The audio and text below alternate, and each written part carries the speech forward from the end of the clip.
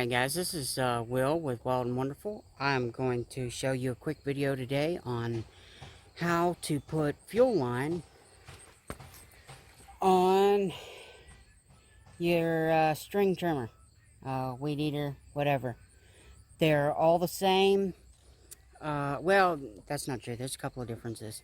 Some of them take fitted lines and some of them take just basically different size lines to put in separately. The fitted lines are usually easier to put in, but they're fitted, so you'll buy it to fit your machine. What I'll be using today, let me show you here. What I'll be using today is I'll be working on a Featherlight weed eater, okay? And I'll be using these tools here. It's minimal tools required, and I'll be using True Blue fuel line. We'll talk about that here in a minute. Alright, I'm going to get set up and show you what's happening. Okay, I've already pulled out the old line. To do that, you're going to need a pick of some sort, or maybe a pair of pliers, to come down in here and you'll pull out your line with your fuel filter on it. Now, a lot of times you can reuse these fuel filters. They cost anywhere between $5 to $15, so it's nice if you don't have to buy a new one. Now, I don't recommend measuring this because they shrink and they break, and you just get that out of the way. Now, the fuel line I'm going to be using is True Blue. Stens puts this out. It's their fuel line. It's fantastic. I absolutely love it. It's fairly cheap too. It's usually cheaper than the Tygon, the yellow. Hold on, Tom. But it will hold with 100% ethanol. It won't deteriorate. And that's actually what happens to this. The ethanol eats it. So, True Blue is the way to go. Most of your parts stores will carry True Blue. If you don't see it, ask them about it. And like I say, I mean, for a couple foot of this, I think this stuff here, I don't even have the price on this. I mean, you're only looking maybe like $2 or $3 at the most for a few foot, okay? But True Blue is the way to go, okay? Now, what you're going to want to do to start with this, alright? You will want to take in your old line so they can match up line that you need.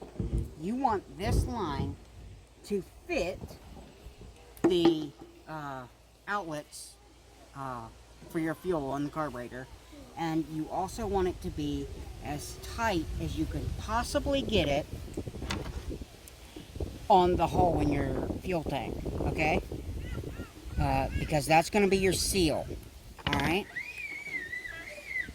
Now, if you're missing your fuel line, your original fuel line, basically if you don't have your original fuel line, okay, if it's rotted off, pick your fuel filter and you'll be able to, you know, it has to fit tightly onto it, alright? So, that'll give you your inside diameter. Or you could actually just take your weed eater up to your parts store and, you know, they'll be able to tell you what you need. Now, putting this in is a lot easier than people make it. Alright? The key to this is to clip, take you a pair of cutters, and to clip an angle on that. Alright? You want that small. And this, you want, you know, slanted. So it'll slide in smoothly. Alright? Usually about an inch or two that's probably all I'm going to do because I can get to this one easier. I mean, if you have to go ahead and strip it all the way back, you know, to here, go ahead and do it. It's going to make your life so much easier. All right? And I'm going to show you why. All right, so I'm going to go ahead and I'm going to stuff this into this little hole. All right? And with it being clipped, it should go in easier. Okay, now that that's through, I can take my pair of pliers, reach up inside the gas tank, and grab it, and just pull it through.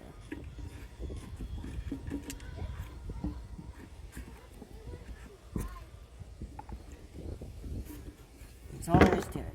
Now go ahead and pull it through fairways, okay?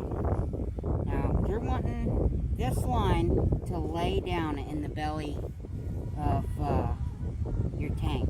You're going to want it to sit on the bottom. If you have a cupped out area in your tank, that's where you want it to sit, okay?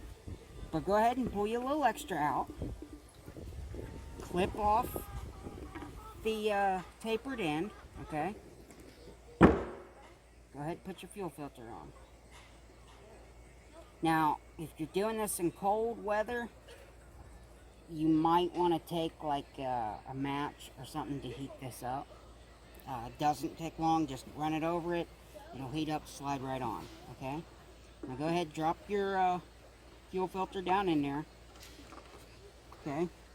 And you're just going to pull it back up until it's sitting level, all right? Measure it over, and you don't want this line stretched, okay? You want it to have some flex room, okay? So if you leave just a little bit extra, there's nothing that's going to hurt.